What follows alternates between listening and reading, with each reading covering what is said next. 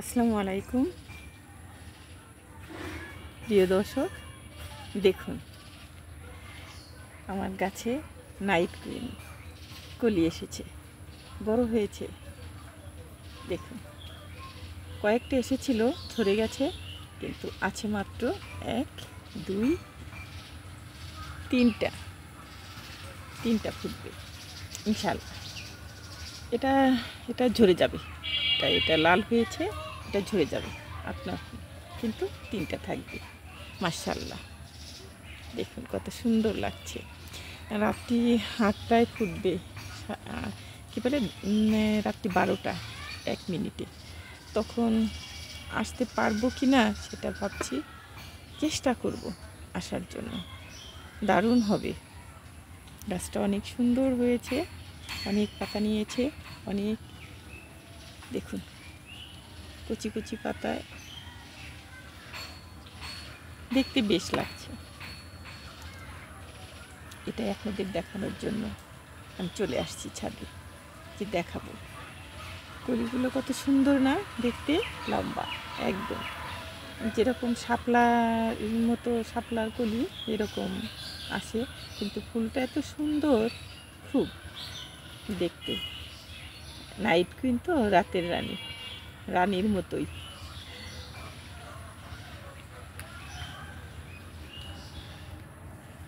গাছটাকে নিয়ে বড় করব, একটা বড় টবে এনে লাগিয়ে দিব। ফুলটা খুব ফুটুক আগেই নাড়াচাড়া করব না, নাড়াচাড়া না করাটাই ভালো।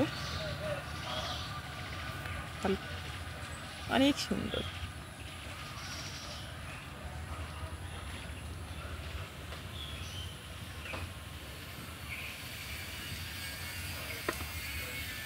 অনেক বৃষ্টির জন্য বের হওয়া যায় না, কোনো কাজেই মন বসে না, কারণ বাড়ি ঘর ছাদ একদম শ্যাওলা পড়ে পিছলে হয়ে গেছে। পিছলে যদি পড়ে যাই তাহলে তো শেষ। সেই জন্যে আসতে পারি না ছাদে, এদের সাথে কথাও বলতে পারি না, কোনো কথা শেয়ার করতে পারি না। ভেবেছিলাম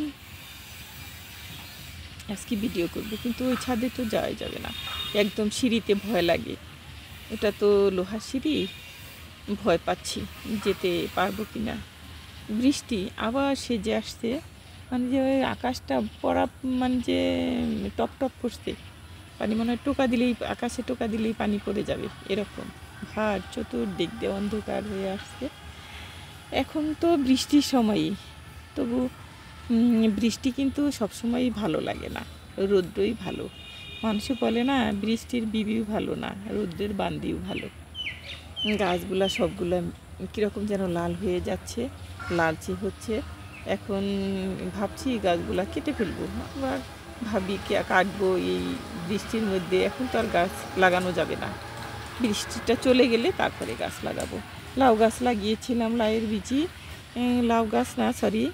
বীজি লাগিয়েছিলাম, সেটা একটাও জ্বালায়নি। আমার পরিশ্রমটাই বৃথা। বেশ কয়েকদিন হয়ে গেল, এতদিন তো জ্বালানোর কথা, কিন্তু জ্বালাচ্ছে না। মরিচ গাছ, এবার মরিচের দাম অনেক হাই হয়ে যাবে। সবাই বলে, ভাবিরা, আশেপাশের ভাবিরা বলে যে একটা মরিচ গাছে হয়নি, সব কুকড়িয়ে গেছে। আমার বাসায় ঠিক তাই, কখনো এরকম হয় না, সবসময় আমার কাছে মরিচ থাকে সুন্দর। মরিচ গাছ অনেক, আমার কিনতে হয় না, আমি বিক্রি করি না, কিনতে হয় না, কিন্তু চলে যায়। এবার কী আর বলবো, মরিচ কিনতে গেলেও একদম ঝাল না, ঝাল ছাড়া, ওগুলো খেতেও ভালো লাগে না, রান্না করলেও ভালো লাগে না। মরিচ যদি ঝাল না হয় তাহলে কিন্তু তরকারি টেস্ট লাগে না, খেতে খুব খারাপ লাগে।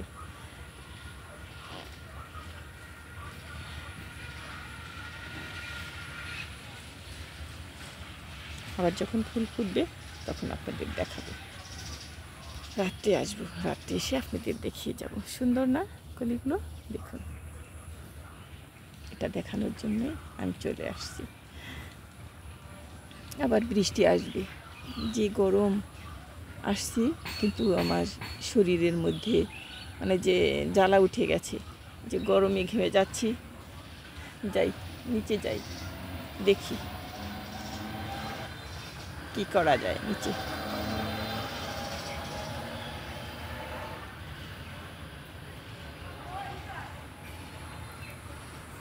ওই ছাদটা দেখাচ্ছি। ওই ছাদে এমনিতে বৃষ্টির মধ্যে যাওয়া কঠিন, যদি পড়ে যাই পিছলে তাহলে তো সমস্যা হবে। আপনারা বুঝে নেবেন, ওটা আমার ছোট ছাদ।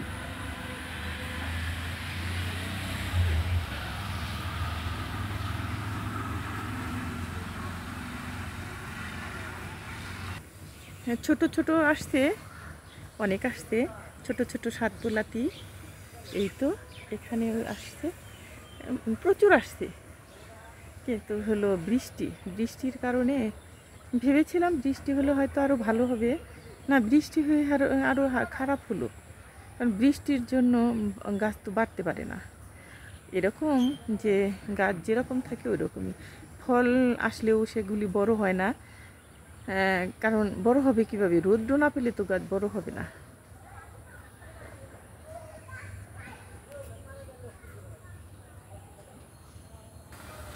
এখানেও চলে আসছে, প্রায় সারা গাছেই ভালো সাতপোলাতে আসছে। বৃষ্টি যদি থাকে তাহলে বাঁচবে না, আর বৃষ্টি যদি না থাকে, রোদ্দু উঠে, তাহলে সবগুলোই বাঁচবে। অনেক এসেছে ভিতরে।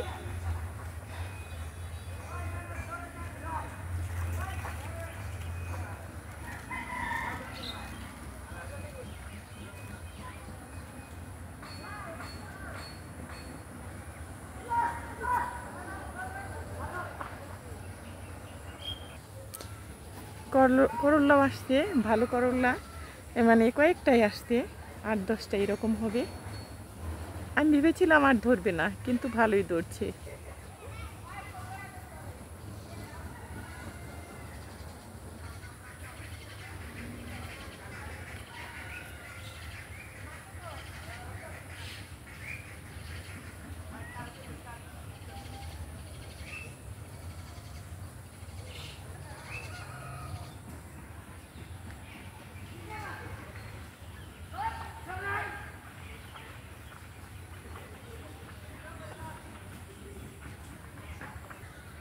ভালো থাকবেন, শরীরের যত্ন নেবেন, বাচ্চাদের যত্ন নেবেন। এখন তো বৃষ্টির দিন, তারপরেও বর্ষা মাস, একদম যারা গ্রামে বসবাস করে তারা তো মানে বেশি, মানে যে কি চতুর্দিক দিয়ে একদম ময়লা আবর্জনা সেগুলো ভেসে পানিতে যাবে। পানিতে যেন গোসল না করেন আপনারা, বাইরের পানিতে। টিউবওয়েলের পানি দিয়ে গোসল করবেন, টিউবওয়েলের পানি ব্যবহার করবেন। বাইরের পানি অনেক রাফ। আপনারা ভালো থাকবেন, সুন্দর থাকবেন, এই কামনাই করি। আল্লাহ হাফেজ।